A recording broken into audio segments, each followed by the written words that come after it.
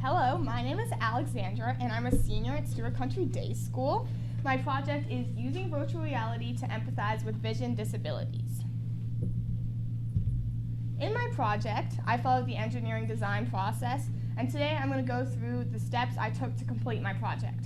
Firstly, I defined the problem, researched, found the materials I needed to make my project a possibility. I then brainstormed and began developing and prototyping virtual reality. I tested the solution and retested over and over again. I spent most of my time in this project changing and adapting to retest.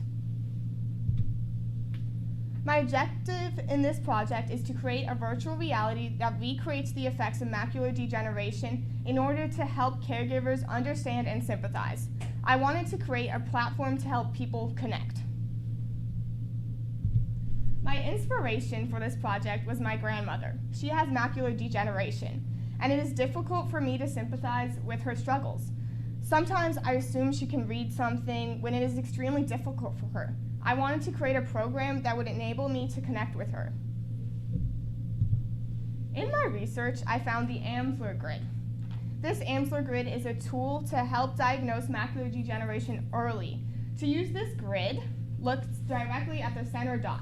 If any of the lines in your peripheral vision is distorted or wavy, I would recommend consulting a doctor. In this other diagram, you can see the macula.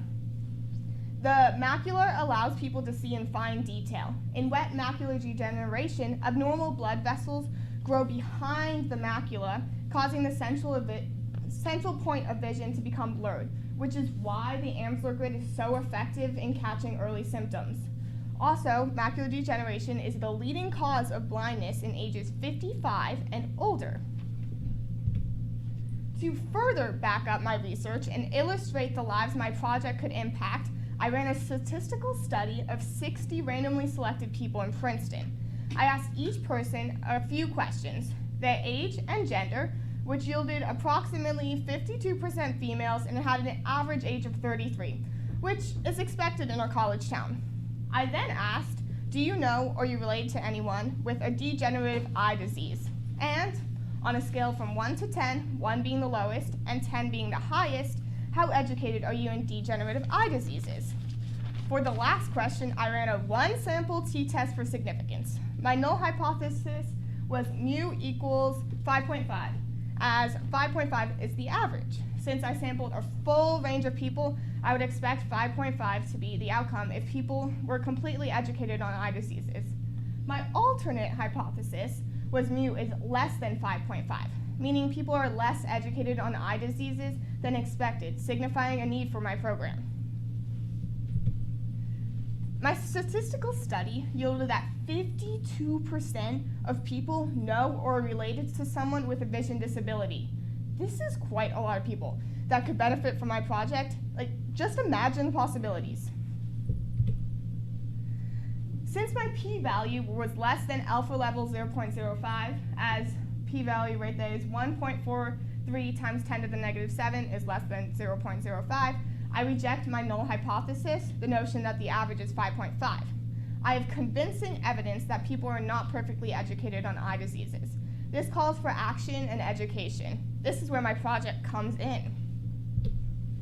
As I said earlier, my project is to help raise awareness and help caretakers sympathize with vision disabilities using virtual reality. The materials I used were Unity, Android, and Java. Because of my computer science classes, I was already knowledgeable about Java. The three main parts in my program are virtual reality, inverting the sphere, and image effects. These three parts are usually used separately in building video games. To help me, I looked at many tutorials available online. I also consulted many forums when I ran into problems and usually found similar issues to the ones I was having.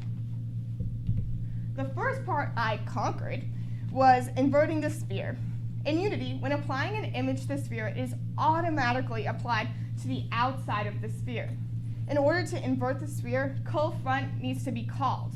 Cull_front is a method programmed into Unity for this exact purpose. The struggle I had was to find where to invoke this line of code. This one line of code was months of work because I had no idea where I was supposed to put it. Again, I had searched deep in the web for a forum that could help direct me. So this slide shows a picture of my program with the inverted sphere and image effects applied to it. So while I have another picture that will show up better on the screen, this you can't see it because of the light coming from the back. But on the computer, you'll be able to see as inside the circles, the image is blurred and distorted. I had many errors in this project that stemmed from Java, Unity, and Android compatibility. For example, the newest version of Java was not compatible for the Unity version I was using. Similarly, Android needs a different version than the newest. Aligning all the compatible versions was tricky with 3 different softwares. But luckily, perseverance works out in tricky situations. So this beautiful combination of yellow and red would often appear on my screen, warning me. These are some examples of errors I would receive when I did not have the correct versions. The versions needed to be able to communicate with each other. The error shown here is the lack of communication. So here is a video of my final project. As you can see, as the mouse moves, the head moves. The blue part you see right there is actually your eyelid and wouldn't be present in the headset. Similarly, in the virtual reality headset, the eyes would be flipped, which is why what you see here is in reverse of what you expect. All 3 parts are working together to form this blurry picture my grandmother sees every single day. I do not have the headset here today to show you because the exact software needed on the Android phone was updated this week and is no longer compatible with the Android phone I was using. So finally, here's the blind eye and the normal eye next to each other in virtual reality. In this photo, you can see the contrast and great difficulties that come with having a vision disability. So as you can see, better than in the other picture, the distortion in the circles. And this is the center point of vision, the center circle. Lastly, in the future, I would like to create an Android app that is available to help caretakers and family members. I would also like to further investigate other vision disabilities, for example, cataracts and glaucoma. I've learned so much about eye disabilities through this project, and I would like others to learn in a 360-degree view. Thank you. Any questions?